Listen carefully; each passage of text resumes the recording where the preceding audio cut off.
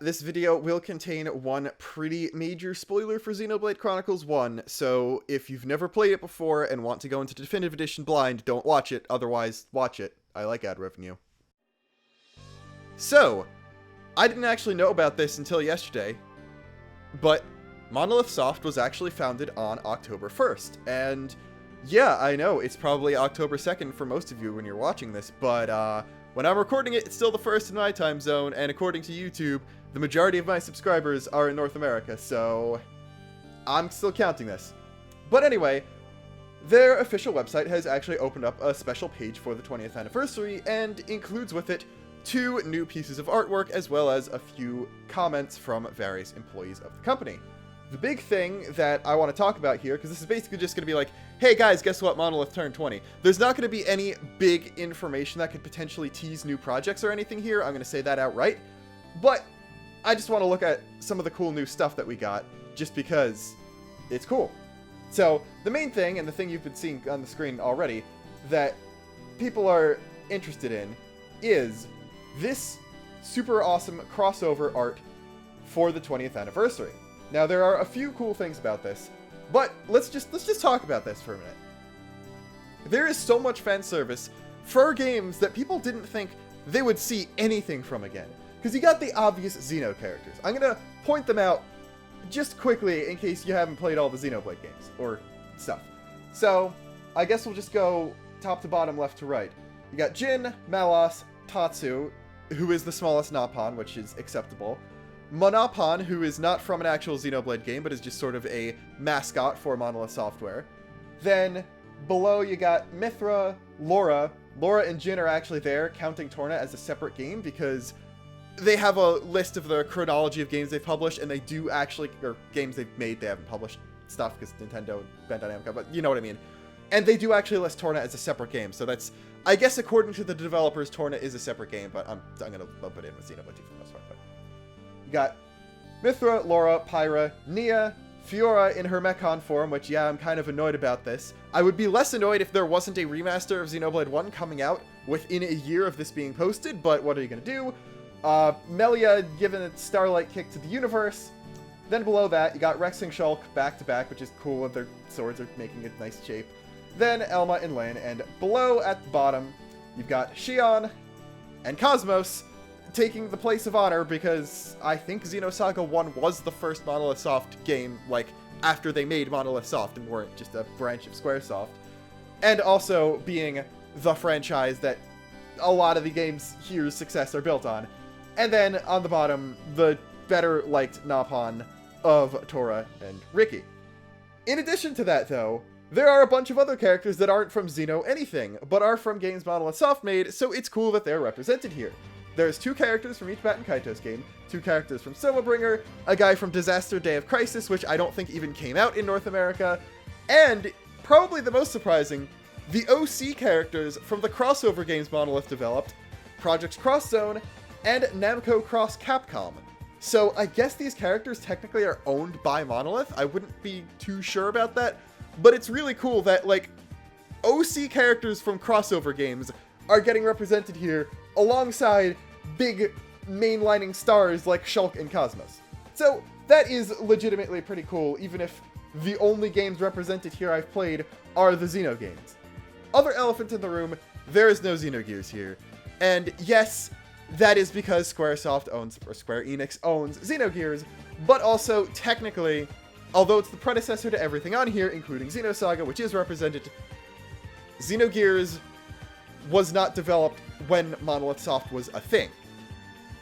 I didn't actually know that I was only a few months older than Monolithsoft, because I was March 99, Monolith was October 99. So I guess you could say, like, oh yeah, I do have rights to talk about this company a lot, because I'm older than it, even though I wasn't physically capable of playing games when Xenosaga 1 came out. And then you realize, yeah, Xenogears came out in 98 under Squaresoft before Monolith was even a thing, so I'm still a small child in the face of a great legacy of video games. But anyway, I would love to see Faye and Ellie on here, but in the context of a Monolithsoft celebration, they kind of don't belong. If this was a Xeno series 21st anniversary thing, because Xenogears' 21st was fairly recently too, then I would love to see Faye and Ellie on here, but they're not here. Speaking of the art, though, this was drawn by a new recruit to Monolith staff. They've been recruiting people a ton recently, and this is drawn by a brand new recruit, someone who graduated college this year and went to work straight for Monolithsoft. So this is Shota Shakaki. I mean, for your first professional work, getting to do this, I'd say that is kind of incredible. I'm going to say that, yeah, before I figured out that it was a newbie, I was kind of guessing that this was from a newbie, because this is from the perspective of someone who can't draw at all. There are some things that I would consider wrong, like the Napon all look fine, Jin and Malos look fine, Cosmos and Shion look fine as far as I can tell. I can't tell you about the non-Xeno characters. Elma and Lin look fine, but then, like, mainly the characters that are really small at the top, there are some stuff is going on. Pyra doesn't look more broken in her back than she does in Xenoblade 2, but I think her neck is just really... There's something looks off with her. Rex's neck is completely broken, and his head is like 4 sizes too small. Shulk's eye is where his ear should be. Fiora, her neck is like back behind where it should be. Melia's legs are twice as long as her torso. Nia is channeling her inner long cat. Laura's head is also a bit too small. Basically what I'm saying is, this person who has just graduated college and has been working professionally in this field for only a few months still has places to go before they can match up with some more storied Monolithsoft artists like Kunihiko Tanaka, who is not with Monolith anymore, but, you know, probably the defining art style of the studio. So I would wager to guess that this straight out of college artist, not really sure, I think they're just listed as a designer, is not the new character designer for the Xeno series going forward that Monolith was looking for. This is probably just another artist, another designer, probably be in concept art, environment design, that kind of thing. Not heading any projects because, you know, when would you ever head a major project like the art direction or character design of a AAA video game straight out of college? But it's cool to see that they are giving their younger talent the spotlight. However, this was not the only piece of artwork we got for this anniversary. We also got this thing, which was something drawn by Yatsuyuki Hone, a founding member of Monolithsoft. Don't remember off the top of my head what his current position is, but he was the director of the Baten Kaitos series. I, again, am not familiar with that series, but apparently this aesthetic of this calls into resemblance the environment design in that series, which is apparently also good. So even when they weren't making like big, cool-looking environments, apparently Monolith's environment design was top-notch. I'd say Xenogears gets a pass on that because PS1, and also because just by definition of the story, a lot of the environments were metal hallway. So discounting that, Monolith has apparently been on point with their environment design from the beginning. I have no idea what this is. I feel like if this was actually something from Baten Kaitos, then people would have been making a bigger stir about it. Everyone's confused as to what this is. Xeno-wise, this doesn't resemble anything. Like, this color palette has been used in some X areas, but obviously it doesn't look like X. These characters don't resemble anything. Some of them don't even look human. Again, it looks like Baten Kaitos, but that might just be because it was drawn by the director of the series. Excuse me, I'm doing this all in one take, I'm sorry. But, like, if this is actually representative of anything, I wouldn't be able to tell you. If this is from something, like, if this is actually concept artwork or a teaser for a new game, then it's probably their new IP or some non-Xeno project, because they're looking for a new character designer for the Xeno series. I don't think they would then just pick, hello person who's been here for the 20 years Monolithsoft has been around, you are now the new designer for the Xeno series. So, this is not a Xeno thing, but it is still a cool thing, and, like, I don't know what's going on in this picture, but I think it looks cool, so I wouldn't be opposed to getting, like, an actual game or a short story or something based around whatever this is, because I am intrigued by whatever this is. Also present on the anniversary page are commentaries from a few employees, and there's nothing, like, super big here. It's basically this just them being like, yes, wow, I never thought that we'd be around for 20 years, and that, wow, like, what am I saying? That we had this many employees and we're being successful, so people are, like, genuinely happy that they made it this far. Apparently people didn't think this was gonna happen. But, like, still, it's cool. It's cool. And the only thing about new games that's talked about here is that it's basically like, yep, we want to outdo ourselves and make something people are satisfied in the future. They're being very nondescript about their next projects. So there's not even any teaser about what that may be. We know Xenoblade Definitive Edition is coming, but we don't actually know how much they're involved in this, because the Direct stated Monolithsoft Classic is coming back or whatever. It didn't say Monolithsoft is the one bringing it back.